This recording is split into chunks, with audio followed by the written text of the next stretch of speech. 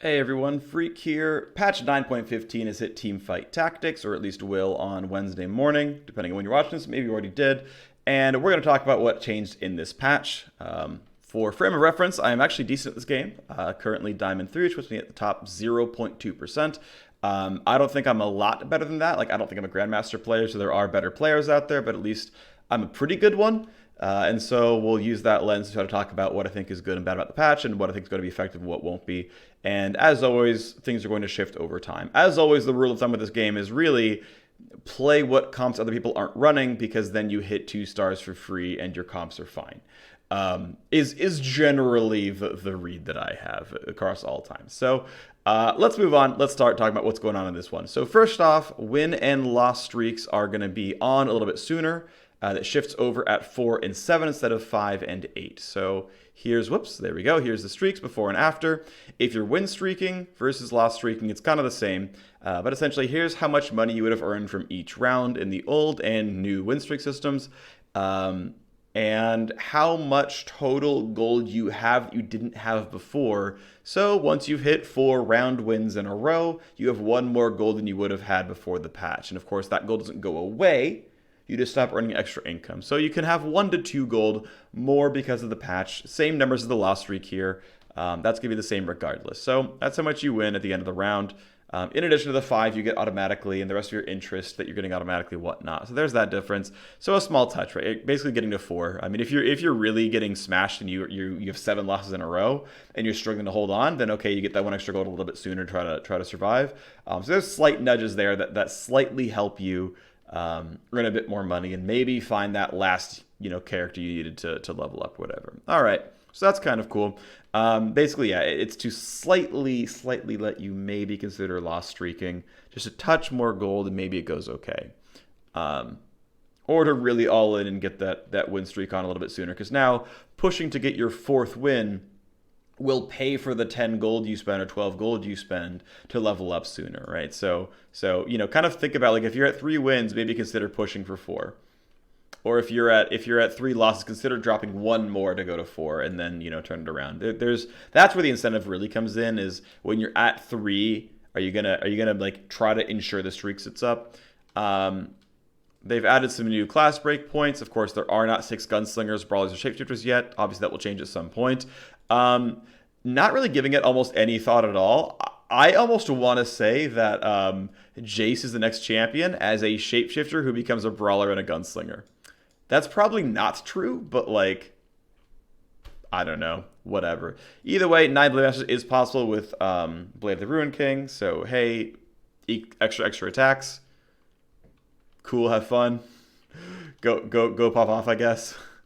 Next up is the thing that actually matters here, which is player damage going down very slightly, and it is very slight. Okay, so Elementalist and Elise are going to be less punishing. That's probably a good thing.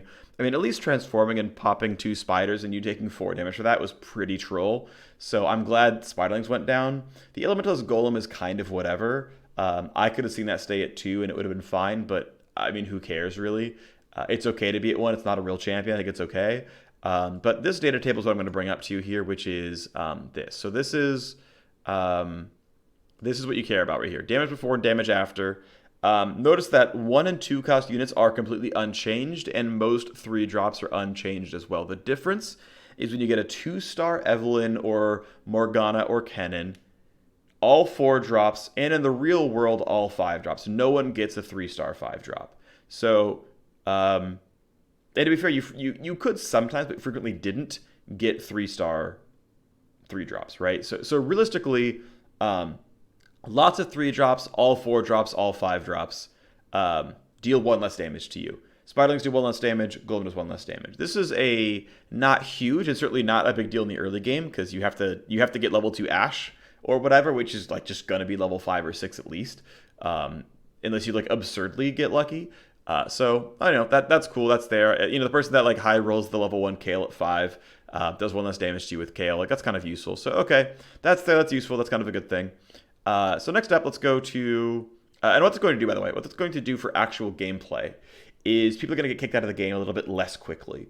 Especially when you get into mid-game where you're running 2-star Aatrox and 2-star Morgana and 2-star Kennen and 2-star, Veigar. Like, a lot of comps are really 3-drop heavy, and of course you typically try to go for 2 stars, so this will come into effect a fair bit. This one specifically does a lot of heavy lifting here.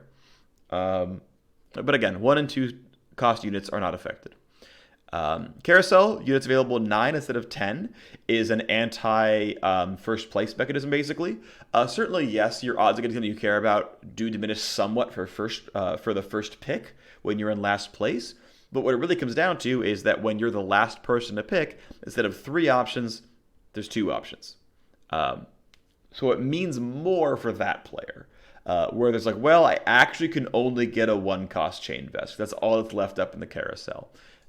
So this more increasingly nerfs the winning players, right? So there's a lot of changes here where win streaking or just losing in general is not quite as impactful. Slightly lowering the snowball, right? Several different layers of changes that slightly lower the snowball of the game. People live a little bit longer. They'll get late game comp sign a little bit more because you're not taking as much damage. Econing is going to be more valuable. Saving your money and earning interest is going to be a little bit more valuable. You'll save, 10 health over the course of the game, maybe more than that actually, and survive maybe 1, maybe 2 more rounds as a result. Okay. Next up, we go to Assassins. And one more thing I want to bring up before we go into Assassins. One more thing is when the metagame shifts to players just saving, you can safely still level up, still combine items, and just win streak on people. You will get free money. If everyone's econing, you can level up and win streak on people. The only reason that the meta did get kind of degenerate was if damage is too high, then you get into a prisoner's dilemma where even if you would have loved to econ, because everyone else is all in, you too must all in or you lose the game too quickly. And so as long as damage is not too low, the game won't get degenerate the other way, where there's no real incentive. But the nice thing is, again, that even if damage does get too low, guaranteeing that you win streak is going to be cash positive for you because you get an extra 1 gold per round forever, which will make up the gold you lost in income by leveling up. So that will be fine. Cool. So that's actually self-policing. That too much damage is a player's dilemma, too little damage is often not, but you care about game pacing. Okay, let's move on. Assassin got nerfed in 914B. Their crit damage went down by a lot. It's crazy, it's only been a week since that patch. 914B was only, it came out Wednesday at noon. This is going to come out Wednesday morning, so it'll actually been less than 7 days, but it feels like to me Assassin's been dead forever, which is funny because it's not true. I think Assassins were also reasonably okay, but what they're doing, though, is they are making a lot of mechanics changes to Assassin jumping to kind of help people block their backlines from Assassins. So they jump earlier, their jumps are quicker, they're acquired sooner. Non-Assassins slow down a bit, so there's not as much space built around them. So it's probably still possible to save your backline and do cool stuff there. But we have pretty big buffs. Evelynn attack damage is up by 10. Her spell is up 0, 50, 100. Katarina, the Beyblade Katarina got buffed. Hits 1 more target at all levels. Rengar more attack damage, Rengar more attack speed, Rengar's ability more attack speed. Now, definitely, Evelynn, Katarina, and Rengar were the assassins that no one cared about. Obviously, if you're running Ninja Assassin, you have to run Zed plus Akali. And at that point, why not run Pyke, the best assassin in the game? Obviously, no one likes Kha'Zix, so like, hey, maybe we just do that, right? And so it made sense that people just like obviously ran exactly those characters. Pyke was the only reliable crowd control in that patch, with demons being heavy. But this is actually pretty substantial buffs to getting Eve and Rengar to a decent spot. So here's the table on Eve and Rengar. Here you go. These are the ones.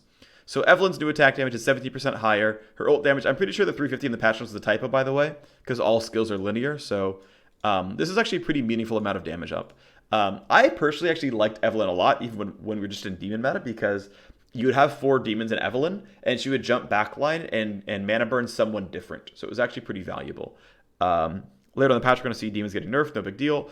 But this is actually a pretty meaningful bump to Evelynn. This puts Evelyn at reasonable auto attack DPS. One thing that I've done a bunch of numbers on, I'll share them probably at some point in the future, is every character's DPS and contrasting them across their origin and class. And Evelyn and Rengar needed it, is the short story here. Evelyn and Rengar needed the buffs to their DPS to keep up with the other assassins.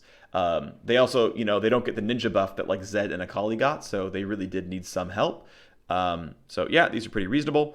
Here's Rengar's DPS, right? Here's his attack damage before and after. Then with the attack speed buff, here's his DPS. 36 DPS is solid. That's a reasonable DPS to care about.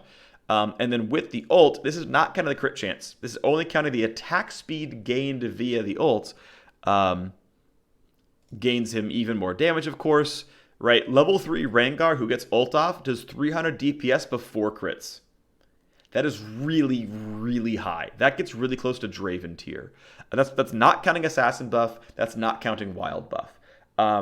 Legitimately, carry Rengar, I think, can be a strat here. I think these buffs are big enough that 3-star Rengar, and keep in mind, getting 3-star 3-drops is not that hard. It's not that hard. You sit into a good spot for 3-drops for a long portion of the game. You can chase the 3-drops that you're given and just put them in your comp regardless, I think. So I'm really keen on this. I think this is actually very, very powerful. Rengar having 300 base DPS, not counting the crit chance. Muy bueno. So that's really cool. Next up, changes to demons. 5, 15, 25% off the mana burn. This is obviously really, really big. This will definitely fail quite a bit when you're just playing Varus Elise in the early game. This is going to be actually fairly unreliable in the mid game as well. 4 Demon got hit really hard. Again, the rule always is that if no one's running demons and you can get all the Morganas and you can all the Aatroxes, they're still worth running. They're just less broken. But demons got hit really, really hard this patch. In my diamond lobbies, there were usually 3 to 4 demon players per lobby. Everyone ran a Morgana, or 3 to 4 players ran Morgana, 3 to 4 players ran Varus. Every single game, literally every game, had at least four Morganas and Varuses. So, pretty reasonable to see those getting nerfed, of course. I think that's fine. That's one of the interesting things about this game, by the way, is that even if you're in a contested lobby, it is not hard to get 2 stars of units. You can be the 3rd or 4th player going for Varus or going for Morgana, and you'll probably get them to silver before you lose the game. So you actually, if you don't want to see 3 demons every game, you actually do have to nerf demons, because it's actually safe to go to be the 3rd demon player. That's actually fine. Probability works that way. Varus getting his damage really cut early game, which is really, really mandatory, by the way. Varus was, I think, the actual best, well, okay, not the best unit, because clearly Morgana and Aatrox existed, but Varus was the best ranger. Straight up. Best ranger, not close. He just had absurd ability damage. This was so, so strong. Aatrox is obviously incredible. He's getting early damage nerfed as well, getting health nerfed on top of that, as Aatrox was just typically, you'd throw him in as your frontliner and run a second demon somewhere, either Morgana or Varus.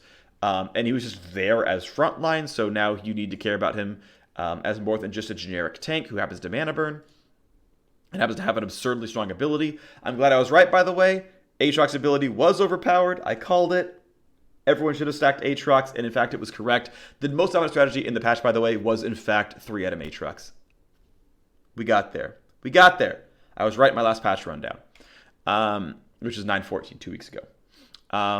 Morgana ability damage going down pretty substantially by 100, and then 50, and then 0. So let's look up the data table. It's a lot. Here is Varus, Morgana, and Aatrox all getting their hits, and they lose quite a bit, right? So Varus damage down 25%, down 8%, and then finally the same.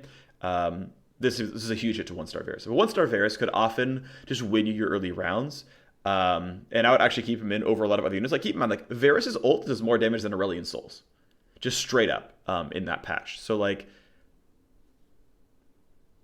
Champ was just insane. Champ was just insane. This ult, yes, it takes a long time to cast, but like, and the AI for casting isn't as good as Aurelion Sol's, but I mean, just insane. Morgana, right? Good to see this going down to a more reasonable spot as well. 200 is now fairly low, but of course you can still hit twice. Again, Morgana was such a common pick. This is maybe an over nerf. I could see them drop this to like -50, -25, -0. I mean, it's whatever really.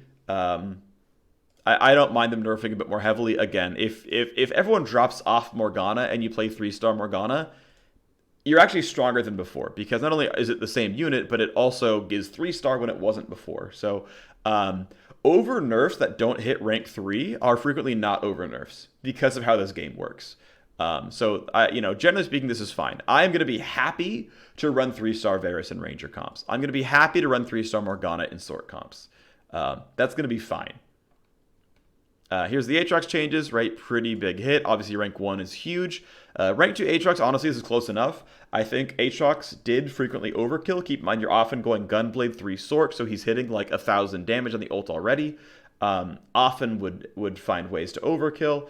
Often wouldn't, so the nerf still matters, don't get me wrong. But and obviously, rank 3 is basically the same skill. You don't have to worry about it. The health, of course, matters. 7% off is meaningful. Definitely has an effect there. Definitely should care about this. You should absolutely be trying for less Aatroxes overall. This is very, very meaningful. Next up, changes to Dragon. It becomes magic resists, not magic immunity. I mean, this should say resists right here, but whatever. As recompense, Shyvana gains 10 armor, and Aurelion Sol gains 50 health. Aurelion Sol also gets an ability buff because no one is running Sol anymore. Mostly because no one is running Shapeshifter because of demons. I don't think Sol necessarily needed this, but I trust the designers are correct and that people aren't playing 4-drop mages anymore. I think what's interesting is part of the reason that Aurelion Sol and Brand were getting less and less and less and less popular, and Akali the same way, and ninjas were falling off and success was falling off, was because the lobbies got so aggressive and high elo, you couldn't wait to find the 4-drop you cared about. You actually couldn't pivot that late. You had to get your comp online at 3, which is why Varus, Elise, Morgana, Aatrox was a comp. Because you use 3 drops, and you've got 4 demon online. That was a lot of it, really, right? Was demon was a comp that you could get online to a good set bonus with 3 drops. Throw Ken in there with Veigar Lulu for good measure. Cool. Now you're Yordle sorcerer demon, right? Like that's the Solus comp, right? It's just that. It's like, yeah, turns out it's really good. So anyway, with mana burn being less prevalent because of demons getting straight nerfed, shapeshifters are better. With lobbies being less quick because of the health damage changes, 4-drops are better because you can actually get them and not die. So through that, I didn't know if you needed Shyvana and Sol buffs, but that said, this is a good change. This is a good change that I'm glad is happening. And I think even just through that lens, because the Dragon's bonus is getting nerfed pretty hard, it's okay to strictly buff the other units. I think that's fine. So through that lens, I totally am on board with the buffs. So here's these changes. Shyvana has 8% more physical durability. Aurelion Sol has 8% more physical durability. So those are kind of the same. As far as this stuff, of course, this will be the same for both targets. Obviously, it used to be invincible to magic damage. Now you simply have 7 times the health. If you have Dragon buff on, you are 7 times as durable as you would be otherwise via this buff.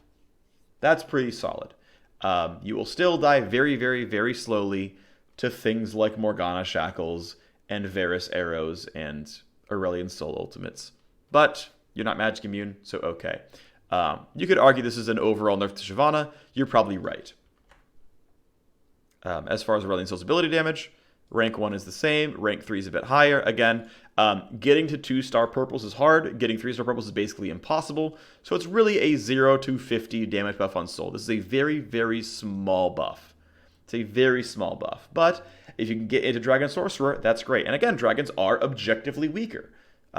Because you're not magic immune on Shyvana. Shyvana can't as easily 1v9. So, okay, reasonable. Sol can be more of the carry here. Next up, Elementalists. There's going to be changes to Kennen later on in the patch. We'll get to that later. But Lissandra, actually, I am shocked, by the way, Lissandra was this bad. I didn't realize how bad the level up was on this, but like, her stun duration doesn't scale at all. The AoE doesn't scale at all. The damage went up by 50. That is absurd. That is terrible. So now Lissandra, actually, maybe you care about ranking her up because this is, now in the realm of plausibility of getting this ult to care and matter at all. Brand in a similar boat, 25, 50, 75 more damage. Pretty nice stuff there. Obviously not as big as the Lissandra buffs were, because duh, oh my gosh, absurd stuff. But yeah, hey, living in the real world now as a Brand. And again, you never hit 3-star Brand, so it's really 25 and 50 more damage. But it's to every single target, and you can multi-hit and whatnot. So definitely meaningful here, definitely matters. More Elementalist Brand going to be coming in. So yeah, now Lissandra can actually carry her weight. Now, maybe you consider running 2-star Liss over 1-star Anivia. You probably don't, but maybe. Again, probably not. But now you might care about going 3-star Liss because this is actually an acceptable amount of damage. It hits the same number of targets that Aatrox ult does, right? It's the Hex plus 6 around it. So this can hit 3 or 4 units and be 1,200 damage or so. So not garbage. Next up, buffs to Guardians. Braum gets 50 armor, Leona gets 45, but you cannot self-armor buff. You can't self-armor buff, you get the armor for free. Then when you get a second Guardian, that Guardian buffs you. So let's show this real quick, right? Here is Braum and Leona, and it's, hey, if you have only one Guardian in the game, and it's just Braum or just Leona, they are obviously a lot more durable, right? 75 instead of 25. If you have 2 Guardians in the game, you used to have your 25 plus your 40 plus their 40 was 105. Now you have your 75 plus their 50. And with 3 all touching, onwards and onwards and onwards, of course, the buff itself is obviously bigger, so Braum is always better. But the big thing is that Braum by himself is substantially stronger. Braum with a friend is slightly stronger. Braum with 2 friends, a little bit above that. That actually scales up over time. But so Braum is strictly buffed this patch. Leona, similarly, strictly buffed, just not quite as heavily. Leona is less amplified, but still better. Braum is pretty heavily amplified. Worth pointing out that, of course, the 40 armor buff becomes a 50 armor buff to the rest of your teammates as well. So your other champions who had, 20 or 30 or 40 armor now have another 10 than they would have on top of that. All the stack and Guardian stuff. So when you put, 3 Guardians behind a Sejuani, she now gets plus 150 instead of plus 120. Big value here. Guardians, strictly buffed by a lot. Strictly buffed by a lot. That's cool. That's really cool. Next up, a buff to Knights. We can see a lot of buffs to tank units in this game, where maybe people care about chasing tanks a little bit more. Instead of blocking 20, 40, 80 from basic attacks, they block about 1/3 that much. About 3/4 that much. This would have been 60 if it was 3/4. They block about 3/4 that much, but from all sources, meaning they will block ticks of Ken and Ultimate. They will block brand bounces every time it hits. They will block, I think they blocked Spiderlings already, I think. I'm not certain, but they certainly do now. I don't believe they'll block things like true damage, so the back half of REQ, things like red buff, things like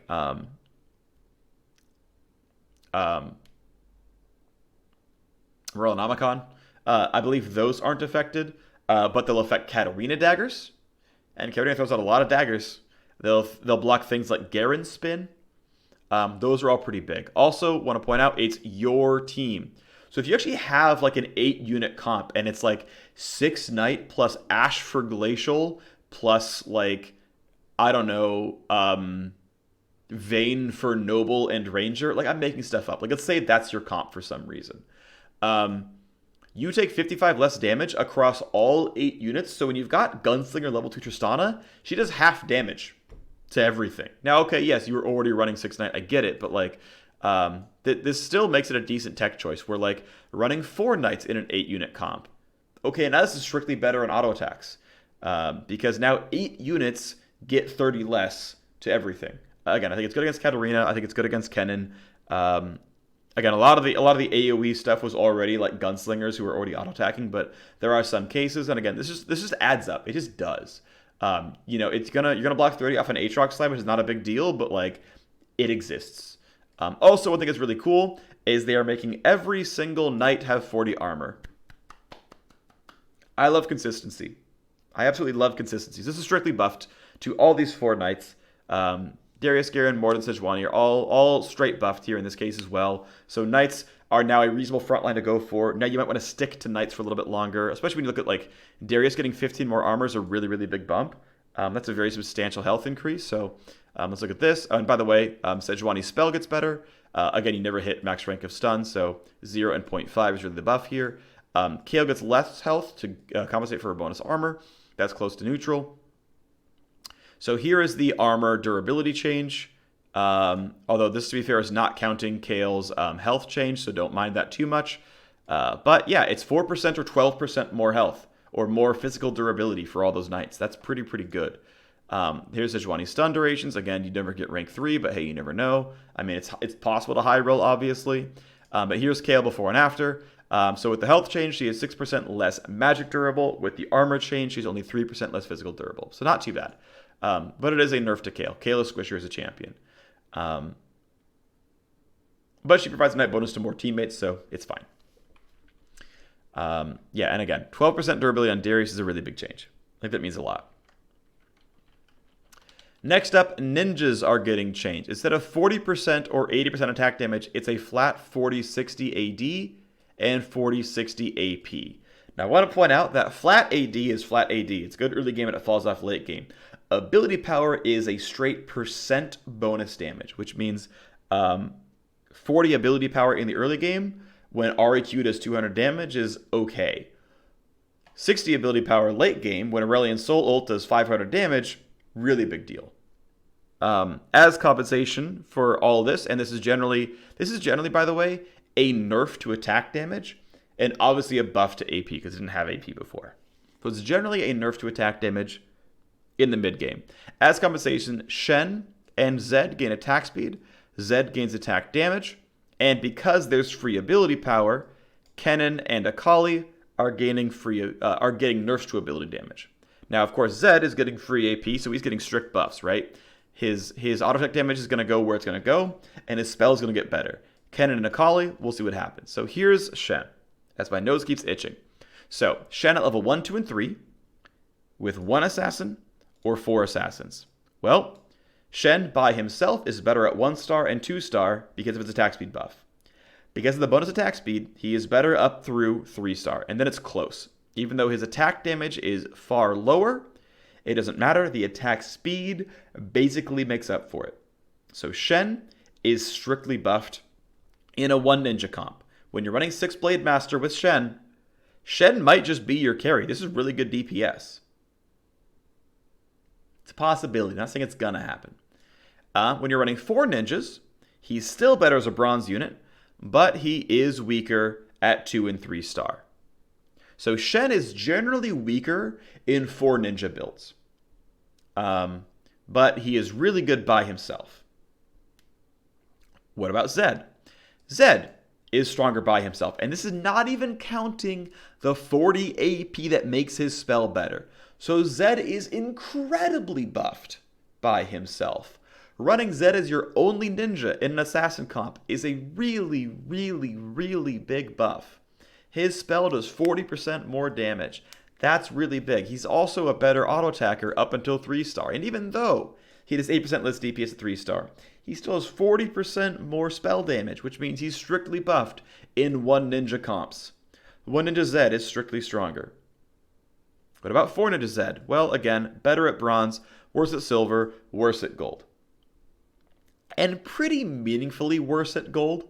But again, 60 AP makes his spell better. You might want to consider Death Cap on Zed, or Death Cap on Kennen, or Death Cap on Akali. Because this is a pretty meaningful upgrade. 2 spell damage. 60% more spell damage may or may not make up for the auto attack damage difference. That's up for debate. Here is Kennen as the lone ninja for attack damage.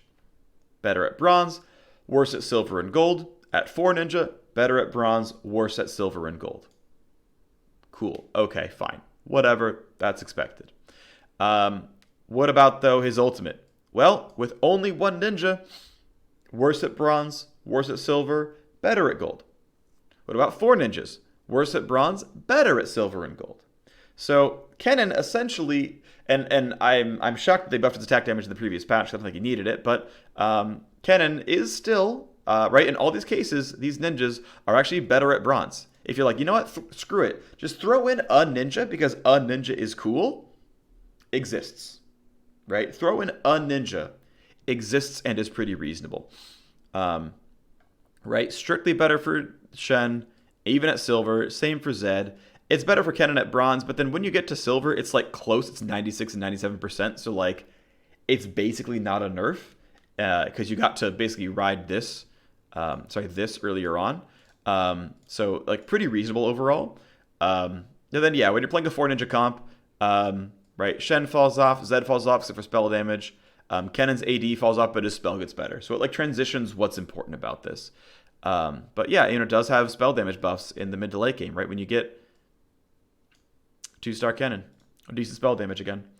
So like so even though the patch note looks really bad, and it's like, wow, look how much the damage got cut. Look how much the damage got cut. You mostly make up for it. You get close. You mostly make up for it. And then here's Akali. As the only ninja, Akali is slightly stronger in ult damage and slightly stronger in ult damage, or even more so with 4 ninjas. I didn't include her attack damage. I probably should have. I didn't think of it. I don't know why I didn't think of it, but I didn't. Generally speaking, it's going to be the same as stuff like Zed, where it's going to be better at... So it's going to be like Kennen. Kennen is the example case here, right? Where it's better at 1, worse at 2 and 3. Akali's auto attack is going to be better at 1, worse at 2 and 3. Again, you never hit 3-star Akali. 2-star Akali was definitely amazing. And to be fair, you could hit that sometimes. But her spell, in all cases, assuming you have ninja bonus, is more damage. So even though she does lose some auto attack, she is a strictly better mage. Whew. Big change there. All right. Nobles are getting changed. Vayne is losing some AD but gaining some attack speed. Garen loses AD, gains attack speed. Garen's ability damage is pushed down at 1, up at 3. And once again, moves while spinning. So here's the Vayne auto attack DPS. It's 3% higher. Also keep in mind that by her attack speed, going up by 0.1, which is about 15% more attack speed, she's going to trigger 15% more silver bolts, or 15% more static shivs, 15% more Rage Blade stacks. This is actually meaningful for things like Ginsu's Rage Blade. He's going to apply like Shrink Ray and stuff more reliably if you wanted to go for stuff like that. So definitely meaningful here. Want to point out that Nobles now gives 60 armor and MR, and not just 100 armor. Same life on hit. I believe that is power positive, because now you're a bit more durable against magic damage comps. Also, generally speaking, that last 40 armor didn't mean as much as the first 40 armor in general. So, assuming you were taking equal physical and magical damage, this is definitely a buff. But the more, obviously, stretched towards physical it is, the less this is a buff. So yeah, Vayne definitely doing more damage. Garen's DPS is the same. Keep in mind he's generating mana more quickly, so it's generally a positive to the unit itself. And the spell, down 20%, up 13%. So basically, 1-star Garen leading the charge in the early game isn't quite as overbearing. He gets nobles, it's there, is invincible, spins, crushes stuff. Also worth noting that the attack speeds going up on these champions is a buff to noble buff, which is 35 life on hit. The more attack speed they have, the more they trigger the life on hit. So generally buffs to these units. 2-star Garen wasn't that hard to achieve. I mean, I think if you got 2-star Garen, you ran it already. I think 2-star Garen is basically strictly buffed because of the increased attack speed. He gets a spell off more often. So that's a pretty big buff there. Next up, changes to pirates. You are less likely to get 0 gold, so the average gold per chest is up to 1.75. Because attack speed is up slightly, TF's cast speed is improved by a bit, and TF's damage is improved by a bit. Actually, by a lot. That's really important. So Graves has 10% more damage via DPS. So, hey, he's going to trigger red buff. Like, one of the things about Graves, right, is you would hope he would trigger Gunslinger, so he'd, shoot once, then shoot again. And the higher his attack speed, the more quickly he'll shoot again. So, he'll more reliably apply red buff, and he'll more frequently apply Cursed Blade and stuff like that. If you gave him life, so he might drain tank a little bit more. Graves is a very, very squishy champion. If you don't get him to 3-star, he has very, very low durability and really can't frontline against anything else. He has very bad stats for durability, especially for a melee champion, but, well, that's just what life is for him. He is a damage source. His DPS is actually pretty reasonable, by the way. This is pretty good. Yeah, 58 base AD. This is actually multiplied into his passive, which is 5, 10, 50% more damage on actual hit. But yeah, DPS up 10% because of the attack speed buff. TF doing a lot more damage. This was just absurdly terrible. This is now in the realm of possibility. Getting a 3-star red card out and doing 50 damage, that's at least passable. Keep in mind, he's very frequently going to be in Sorcerer comp, so 45% more damage is quite meaningful. You're looking at 500 something now. That's totally doable. So now maybe consider keeping him around. We'll see what the improved cast speed looks like. If he locks the card faster, it could be really meaningful. This could do a lot. TF probably gains a ton of power here. And you should really, really consider keeping TF around. At least try him for a while and see how it feels, because this is a really substantial buff to TF, and really substantial, a decent buff to Pirates and Graves. Next up is a really huge thing. Void is getting a total rework. Okay, so the Void trait bonus now is true damage to Void units instead of half armor reduction, or half armor ignore, half armor pen to your entire army. We'll do that a bit later. First, Kassadin, more damage with attack speed. Kha'Zix, more damage, more damage. Rek'Sai, more damage, less heal. Cho'Gath, more attack speed, more damage, less stun. Let's get into it. Here is Kha'Zix's DPS before and after, and his non-isolated ult damage before and after. Okay, pretty meaningful damage increase. Absolutely. And he kind of needed it. His damage is pretty low. He was a 30 DPS champion, he was a 33 DPS champion. 30 is kind of on the low end. It's kind of crappy. Here's Kassadin before and after. More AD. Wait, hold on. Wait, am I trolling? Oh, right. No, sorry. More AD, less attack speed. There we go. Yeah. So Kassadin getting now Kha'Zix levels of attack damage, DPS. Even though there's attack speed nerf, his DPS is up pretty substantially. Although he is less of a drain tank, right? So Kassadin becoming less of a drain tank because the lowered attack speed. The shields per second is down by a non-trivial amount. Non-trivial. This matters. So less of a tank, more of a damage source. Kha'Zix, more of a damage source. Rek'Sai, more of a damage source. Really substantial DPS increase. Rek'Sai actually had a okay-ish attack speed at 0.6. The AD going up to 50 means it's 30 base DPS. Again, not great, but it was the worst in the game. Rek'Sai had 24 DPS, which is horrible. And at least now it's 30, which is passable. The ult damage up pretty substantially, 33, 40, 43%. This is a pretty substantial bump in damage. 3-star Rek'Sai ult does a lot of damage. 500 is really good. The heal cut by quite a bit. Really by quite a bit. So Rek'Sai is less of a tank, more of a damage source. This is where Void is being pushed. Void is being pushed towards damage. Pushed towards damage. I like that identity. That's really good. Keep in mind, we saw a bunch of Knights get buffed. We saw Nobles get buffed. We saw Guardians get buffed. There's a real chance that if, Guardians is the optimal strategy, it's like, well, I'm going Void. Because keep in mind, big thing, you ready? Void does true damage, means it ignores things like Brahm's Shield. And it ignores Thorn Mail. And it ignores Dragon Claw. There are some really, really big, impactful things in the game that are completely hard countered by Void. Thornmail literally doesn't affect Void units. Dragon's Claw literally doesn't affect Void units. That's a really big deal. That is a really, really big deal.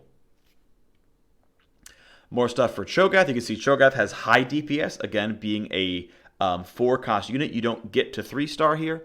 But you can still see 9% more DPS via the attack speed bump. The ult damage up by 25%. The stun duration down pretty trivially, right? Rank 1 of Cho'Gath's stun is still the same, and rank 2 is only a quarter second. So Cho'Gath is strictly buffed. Again, you really just don't see 3-star Cho'Gath. And even if you were going to see 3-star Cho'Gath, you'd probably rather have 2 2-star Cho'Gaths than the 3-star Cho'Gath. Generally speaking, It's more ability damage, 500 twice versus 750. It's more CC, 175 twice versus 2. You probably just don't upgrade Cho'Gath, to be completely honest. But if you find two stars, that's fine. Go for it. Void trait bonus is now units deal true damage. I did the math down here. So a couple of things I want to point out, right? So here's target armor. The lowest armor in the game is 20, and Braum with 2 other guardians nearby is 175. So like that's pretty much the gamut, right? So your game, right? So here's the damage percent your team used to do with Void Armor Shred on. Here's the damage that your Void units do with true damage. And you can see that Void units, well, if you're against 0 armor teams, Void units do 10% more damage than before. But if you are against, 100 armor homies, right, you're against just Leona chillin', Void buff is 50% better than it was. Also keep in mind that most units will be sitting at 20 MR for the entire game, which is a 20% damage bump. So if you are on Void, Rek'Sai and Cho'Gath and Kha'Zix all have 20% more spell damage via Void bonus. That's not terrible. I mean, it's not as good as Sorcerer by a long shot, right? 3 Sorc, your entire team does 45% more damage. This is, you put in 3 Void, and your Void do 20% more spell damage. Like, it's not crazy. This is really, the buff is still not that good. Think about Rangers. 2 Rangers. Your Rangers do 25% more damage, basically. Think about Gunslinger. You get 2 Gunslingers. Your Gunslingers do 25% more damage. Actually, sorry, it's 50% more damage. Because half the time they hit 1 more target. Void is not a generically great damage buff. But it will let you poop on Braum. Yordle's getting reoriented a little bit. Consistency is quite nice. Lulu is joining Sorcerers at 20 armor. Veigar is joining Sorcerers at 500 health. And the dodge chance is up at rank 1 and down at rank 2. Also now dodges on hit effects, so red buff and I assume static shiv and cursed blade and silver bolts, all that. That's definitely a positive change. Also Gnar gets 5 AD. 5 AD lol. Alright, so here's Lulu before and after. So Lulu lost armor, which means Lulu by herself has 4% less physical durability. She also gained a Yordle buff at 3 Yordles, which in fact makes up for it, and she gained 3% physical durability. And then, with 6 Yordles, back down 15%. But, again, keep in mind, Yordle buff is really good. Lulu can roughly take 4,800 incoming physical damage. Yeah, she's going to get to ult. She's going to get to ult. How about Veigar? Veigar gained health, which puts him at 11% higher HP, which is good against magic damage. Okay, with 3 Yordles. Not only did he gain 11% health, but he gained more dodge chance. Wow, he's way more durable. Veigar is really, really better off with Yordles on. And then with 6 Yordles, again, same stats as Lulu, you know what? It's a wash, right? Physical durability, basically the same. We still have to keep our magic damage durability, so hey, Veigar is strictly buffed. That's pretty sweet. And again, 4,800 damage incoming before he dies.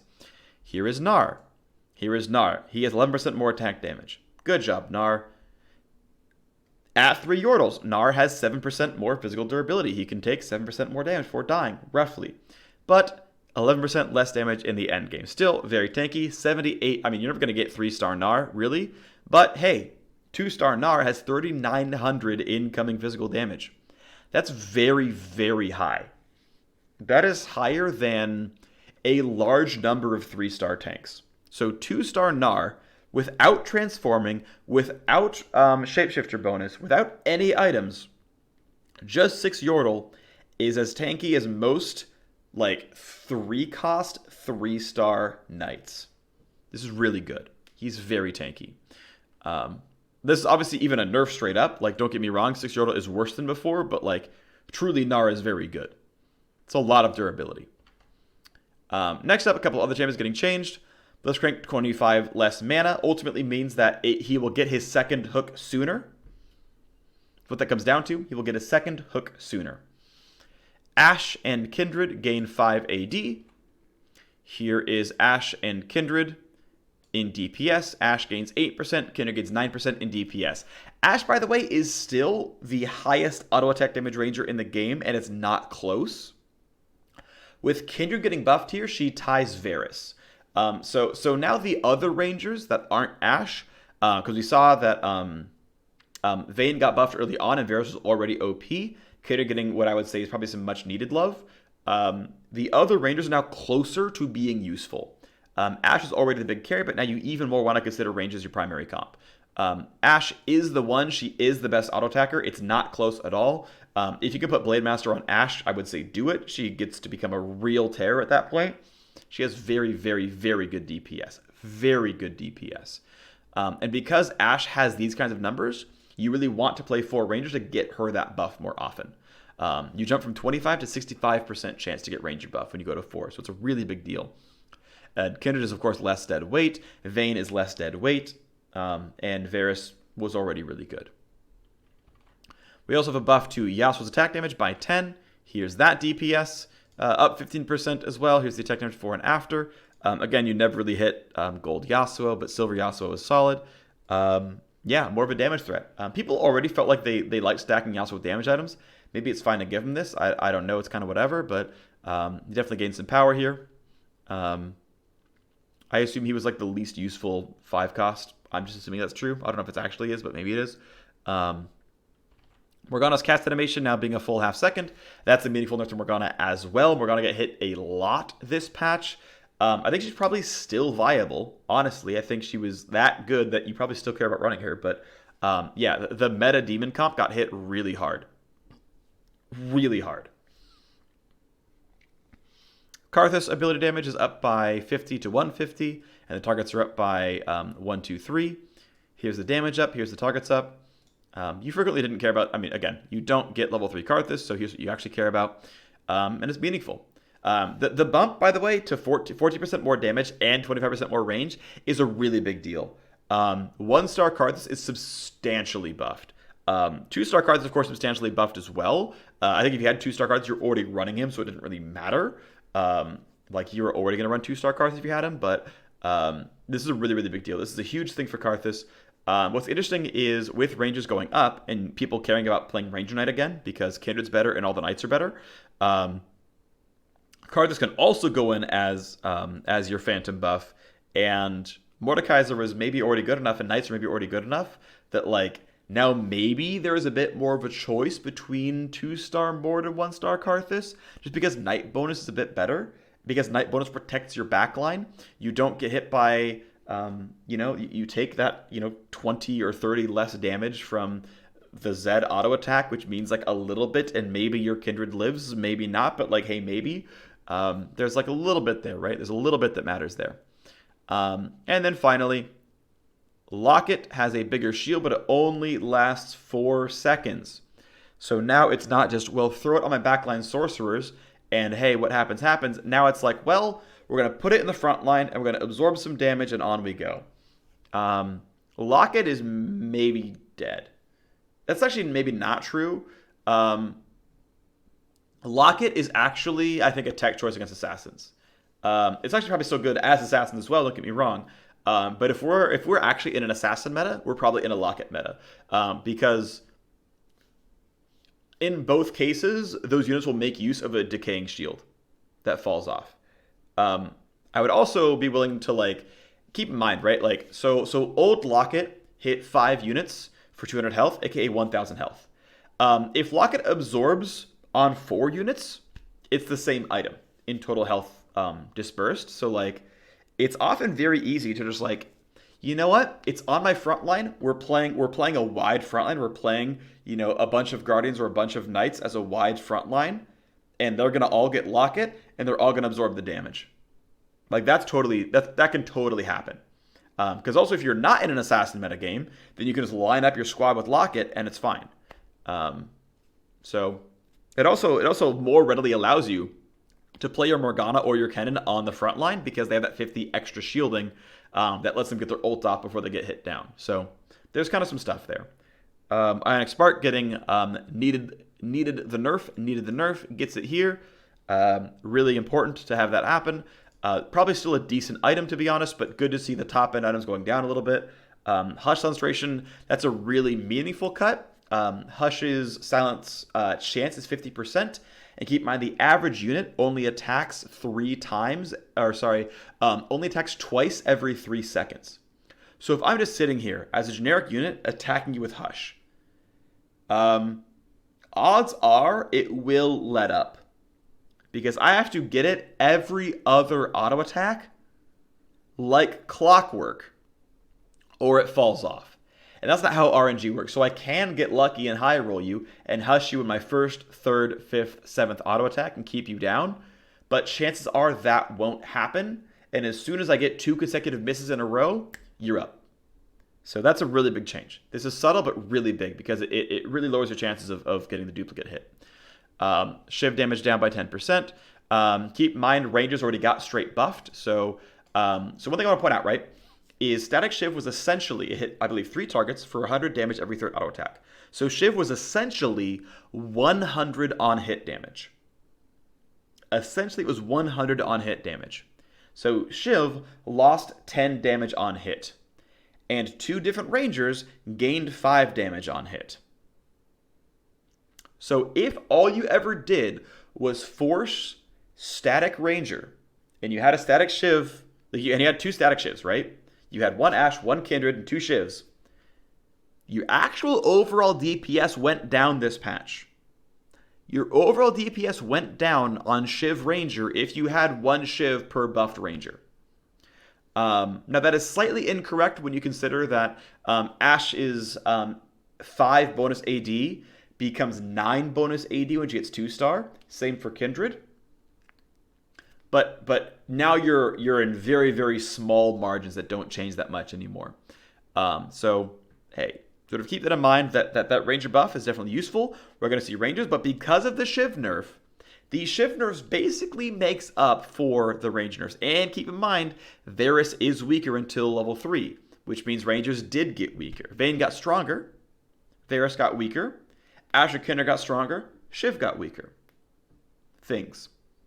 Ionic Spark was actually generally, I would say, really good on brawlers and really good on any tanky composition, right? Any composition that lived a long time and just kind of whittled you down with spells. VFX changes to make stuff look better. Rek'Sai now heals with Burrow. Darkin doesn't give people mana, which is good. Again, dodge versus on hits working appropriately, which is good. So Shen buff. Frozen Dart won't break as much. Tree damage not affected by Dragon's Claw. Good. Go Void. The play again button now works better. And voice chat persists with a lobby when you're playing normals together. Or even ranked together. Alright, that's the patch rundown. It's a doozy. Hope you enjoyed. And I'll see you next time.